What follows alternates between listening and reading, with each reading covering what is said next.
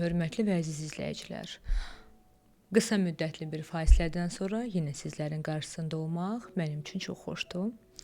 Deməli, belə bir şey söyləyim ki, həqiqətən də, yəqin ki, bu arada onu da deyim ki, söhbətin nədən getdiyini videoda, bundan öncəki videonu izləyən insanlar bilir. Mən orada dediyim kimi, əsla və əsla niyyətim insanlara hər hansı bir ağıllı məsləhətlər vermək və yaxud baxın görün kənardan mən necə gözəl danışıram, siz də elə danışın demək deyil.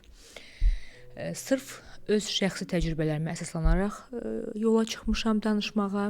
Çünki mənə görə düzgün seçilmiş sözlər, düzgün intonasiya, düzgün pauza, düzgün danışıq manevrı, səs tonu hətta insan həyatına çox böyük rol oynayır.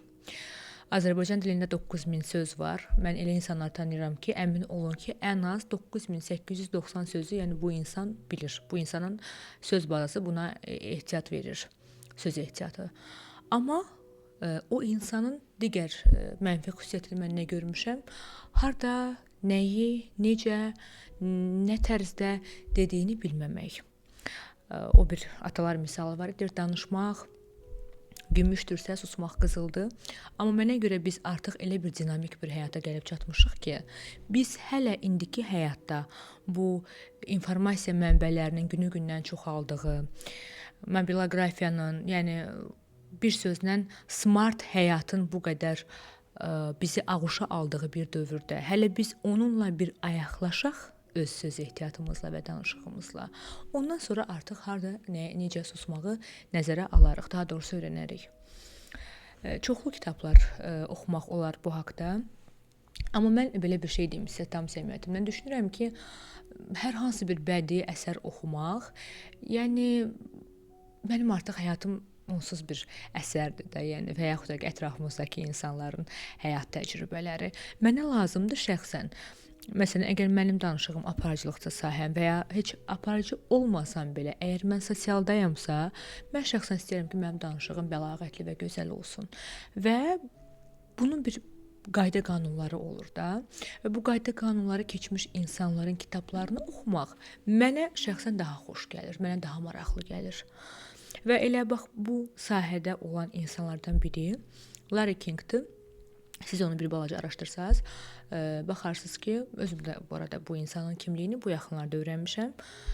Bir yaxın dostumun, belə deyək də, istəyi ilə oxudum, tanış oldum bu insanla və çox da razıyam seçimimdən. Çünki CNN-in ən uzun müddətli aparıcısı olan bu insan təsəvvür edin ki, pəltək olub. Amma yaxşı sual texnikasına görə hər kəs tərəfindən sevilib. Bu insan öz təcrübələrini burada paylaşıb. Deməli, mündəricata əgər siz nəzər salsaz, çox, bu arada yəni qısa mündəricatdır. Çox olduqca rahat oxunula bilən bir kitabdır. Çünki mən özüm də bilirəm, mənim özüm üçün də çətindir bu kitabı əlimə alıb, oxuyub başlamaq inanın o qədər çətindir ki. Əlbəttə ki, Reels, yəni videoları izləmək mənə daha rahat gəlir. Çünki beyin onsuz da tənbəl bir saqqızdır. Yəni onun üstünə getmək, onun üzərinə, yəni ona əks istiqamətə getmək çətin bir məsələdir. Deməli, içindəkilərdə ən xoşuma gələn mənim 2 bölüm var. Bu 4-cü bölümdə olan bütün yaxşı müsahiblərə xas olan 8 ümumi səciyyəvi cəhət və dəbdə olan sözlər və siyasi səbatlılıq. Ondan sonra gəlir orada çətin qonaqlarla o necə öhdəsindən gəlirdi. Bilirik ki, biz egoistliyin, egoizmin artdığı, uyandığı, belə irəliyə getdiyi bir həyatda yaşayırıq. Heç pis söz deməyi, heç kim kiminsə adi bir baxışını belə aradan qaldırmaq istəmir. Yəni ona görə də hər zaman bizim qarşımızdakı həmsöhbətimiz bizim ürəyimizcə olmaya bilər. O bizi öz davranışı ilə, danışığı ilə özümüzdən çıxartmağa çalışa bilər. Bax elə yaxşı danışıq və düzgün səs tonu necə kömək ola bilər ki, biz vəziyyəti öz əlimizə alaq. Bu kitabda hər biri var. Spoiler etmək istəmirəm, yorucu danışmaq istəmirəm, ağıl vermək kimi bir niyyətim də yoxdur. Digər yazıçı isə Sadiq Cəfərlidir. Düzdür, mən yalan deməyəcəm, bu bəyin kim olduğunu hələ də bilmirəm. Amma bu mənim artıq oxuduğum bu insana məxsus ikinci kitabdır.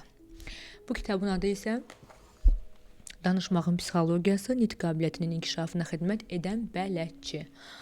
Bu bəy digər adını çəkdiyim Larry Kingdən fərqli olaraq biraz belə deyək də transkripsiyaları daha açıq açıb. Ona görə də fəsillər burada daha çoxdur. Amma dediyim kimi maraqlı nüanslar da az deyil.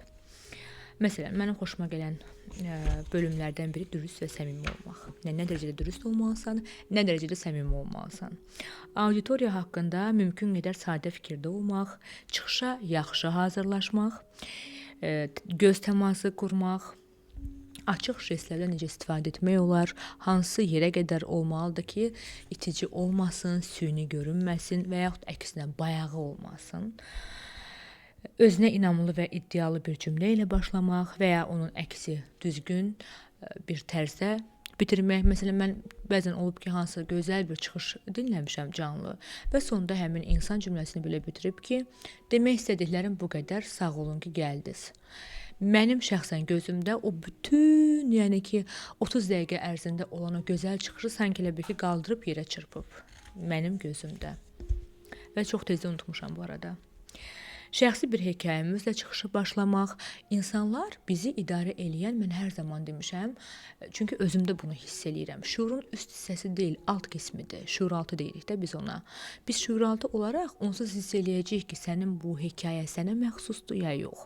Ona görə əgər təəccübləndirici, ümumiyyətlə özünüzə xas şəxsi hekayəniz varsa, bunu söyləməkdən, danışmaqdan çəkinməyin. Dialoqların keyfiyyətini artıracaq 6 taktika, suallar və s. və ilaxır. Bu kitab mənim şəxsi kitabım olduğu üçün mən buradan deməli tanış olduğum yeni sözlər, hansı ki, yəni pasiv lüğətdə gizlənib və mən hər gün onu eşitmirəm, istifadə etmirəm, yeni sözlər öyrənmişəm. Yeni sözlərdən əlavə hər fəslin sonluğunda baxın, belə bir kiçik qeydlər də etmişəm. Hər fəslin sonunda. Təbii ki, bunu sonra dəftərdə də qeyd eləmişəm. Hamısını yox. Yəni, tənbəlliyim üstünə gedə bildiyim qədər. Və tətbiq etməyə çalışıram. Bax, elə indi burada sizinlə danışanda belə mən dəfələrlə test videolar çəkdim, danışığıma baxdım, nə dərəcədə axıcı olub-olmamağına baxdım, harda sünnilik var, harda yersizlik var, harda əminsizlik var. Ona görə də bəli, doğrudan da danışıq hər gün bir yatırım tələb eləyir. Ən sadələrindən biri sadəcə WhatsApp-da göndərdiyiniz səsləri hərdən dinləməkdir. Çünki mən çox insanları tanıyıram ki, öz səslərinə belə qulaq asmaq istəmirlər. Söyləmək istədiklərim bu qədər deyil.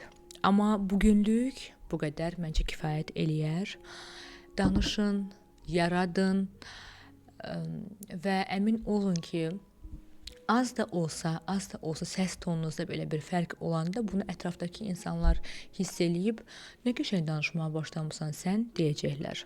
Bax elə o sözü eşidənə qədər dayanmayın. Hələlik.